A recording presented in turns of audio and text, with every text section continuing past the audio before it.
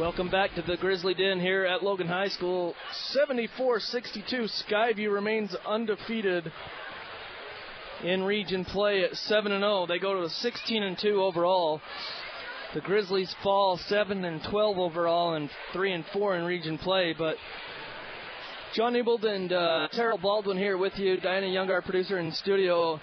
The Grizzlies, they came up short, but considering if you look back at the first game between these two teams, when the Bobcats held them to 27, this was a lot different. The Grizzlies just couldn't get over the hump. They had the score down to 2 points more than one occasion, as the Bobcats would get the lead out to 9 points or 10 points, but then it would always get cut down to 2. But then big baskets by Mason Falslow. Yeah. Or he did a great job of drawing the defense to himself and then getting another assist. Yeah, he just took the game under his wing and decided, hey, we're going to win this and we're going to win it by whatever point margin I decide it's going to be at. He dominated the game in several aspects. I thought the Grizzlies did a great job of defending him.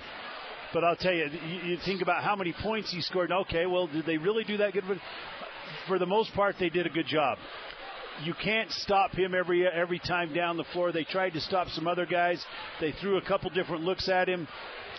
They gave themselves a chance to win coming down the stretch. But Skyview just had too much Mason Falslow. And if he wasn't there to finish, you've got Phipps, you've got the Schumann brothers that were able to finish around the rim. And that was probably the difference. So again, go ahead, John. I was just going to say, again, we're on the postgame show. The Skyview Bobcats prevail over the Logan Grizzlies 74-62. We're joined here on the postgame show with Coach Logan Brown. And Coach, you didn't get the victory, but I felt like after watching the first game, your game plan against the Bobcats in this game and the way that your guys competed tonight, night and day difference. I thought we competed our tails off. Yeah. You know, I don't think we have anything to hang our heads about. You know, we're in the fourth quarter with the chance to make it a one-possession game, a couple minutes to go, where I felt like 3 weeks ago we didn't even resemble anything that we looked like tonight. By far. I'm actually really, and there's no moral victories, but I think our guys know we're getting better. Skyview's really good. Yeah. You know, they had more dunks than we had field goals at times, and so they're good. But I also thought our kids played their butts off. Yeah, Coach, talk a little bit about how it just seemed like Skyview was athletic enough that they could probably get it out to a 10 to 12 to 15-point game, but for whatever reason, your guys just kept gutting it up, having a good, solid defensive possession, some solid offensive execution, which allowed you to stay in that game. And like we've talked about, Coach, you and I, all you want's a chance to win coming down the stretch. Yeah, it's just what you said, Coach. I thought we executed a lot better than we did a few weeks ago.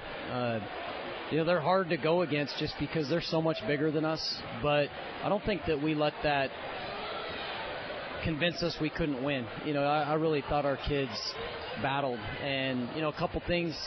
I think if we clean up a couple of our errors, if we'd have scored right there before the end of the half, a couple things like that, I think we'd have been better. But margin of error against a team like that's pencil thin. Yeah, and a couple of those shots just down at the end, they didn't fall like they did in the first half. That was the other thing that I noticed. You just had a couple heartbreakers all the way in, and then they somehow popped out. I mean, your guys executed at the end. The ball just didn't go in, it seemed like. That's the way it goes. I thought we gave ourselves a chance. Our kids have nothing to hang their heads about, and I'm proud of them as a coach. I don't think we came in and didn't play hard. I thought we tried to do everything we could to win the game. Coach, talk a little bit about the difficulty of rebounding against these guys. I thought your game plan was excellent, but boy, it just seemed like, and I know one of the factors tonight was to limit their second chance opportunities. Talk about your game plan as far as trying to rebound against their bigs. Well, we didn't do a very good job against it at times. There were a lot of times I thought we rotated really well on defense, got the shot we wanted, and then didn't box out. And, we're not going to out-jump some of their guys, so we got to be a little more fundamentally sound. But, that, in my opinion, that's what kind of killed us was when we gave up second chance points. something we can get better on, and we got to keep working on. Well, Coach, you still got region play coming up. You got another home game against the Green Canyon Wolves. They defeated Mountain Crest tonight.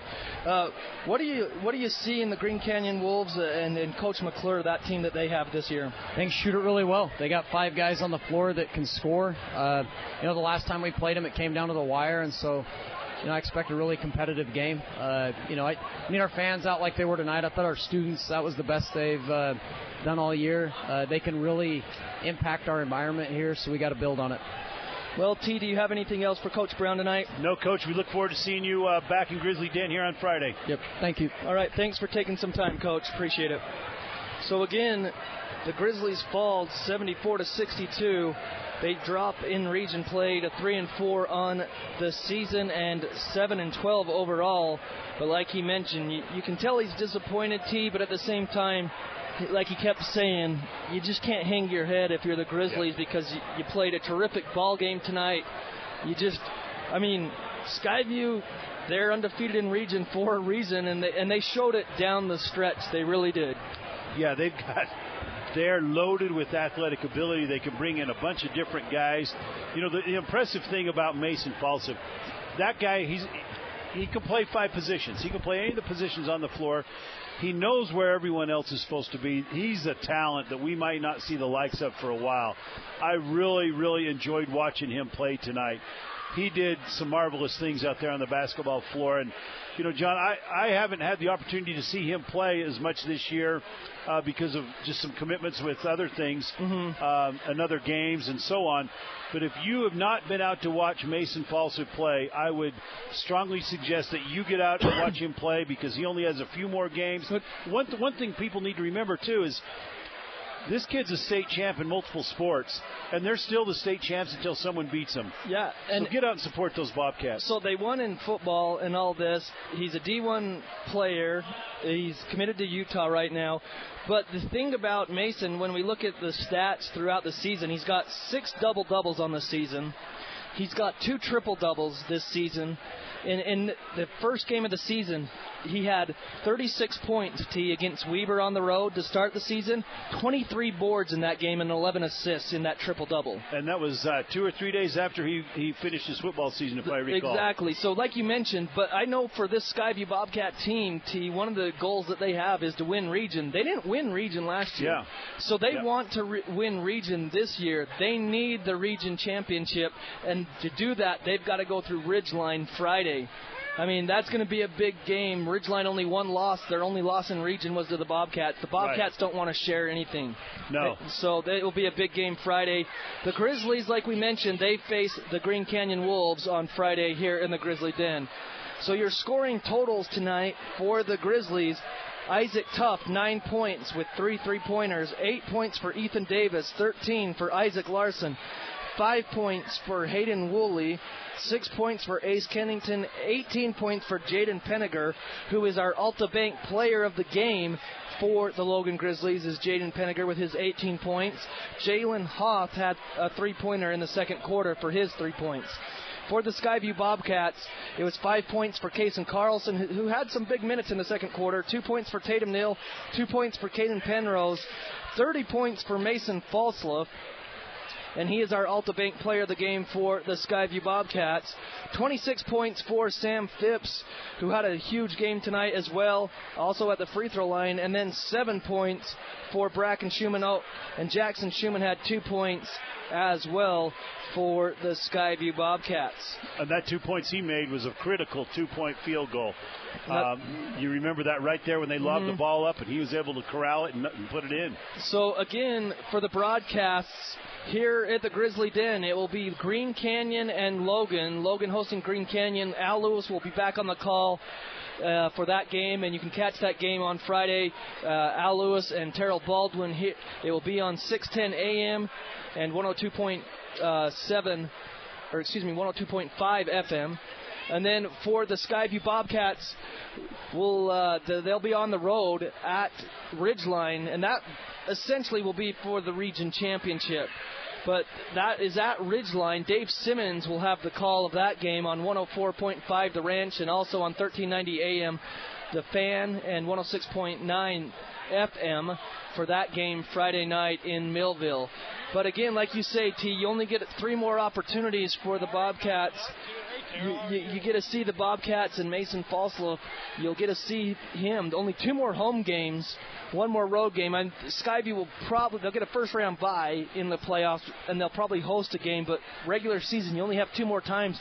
Mason Falslow, the all-time leading scorer in Skyview history, he passed Trevor Stokes. Yep. One of your players, one of your guards. Yeah, I sat with Trevor just a few days ago, and we visited and talked about old times, and he talked about watching Mason and how phenomenal he is. I'll tell you, he's I can't say enough good things about him as far as watching him perform on the basketball court, John. I'm amazed at some of the things that he can do. Well, that's going to do it for tonight here in the Grizzly Den, 74-62 Skyview. Diana Young, our producer, we thank her. For Terrell Baldwin, myself, John Newbold, we need to get off the air so that we can talk about Terrell's Dodgers and see what he thinks about Mookie Betts going to his team. But we'll talk about that off the air because otherwise we'd be like the odd couple and just go on and on. So, again, from the Grizzly Den, it's 74-62. The Bobcats are victorious over the Grizzlies. Thanks for tuning in tonight. And again, the Grizzlies will be back on the air Friday night as they host the Green Canyon Wolves. And Al Lewis will be back on the call on KVNU. So have a great night, everybody. This Skyview Sports broadcast has been a presentation of Sports Talk Radio. 106.9 FM, 1390 AM. The Fan.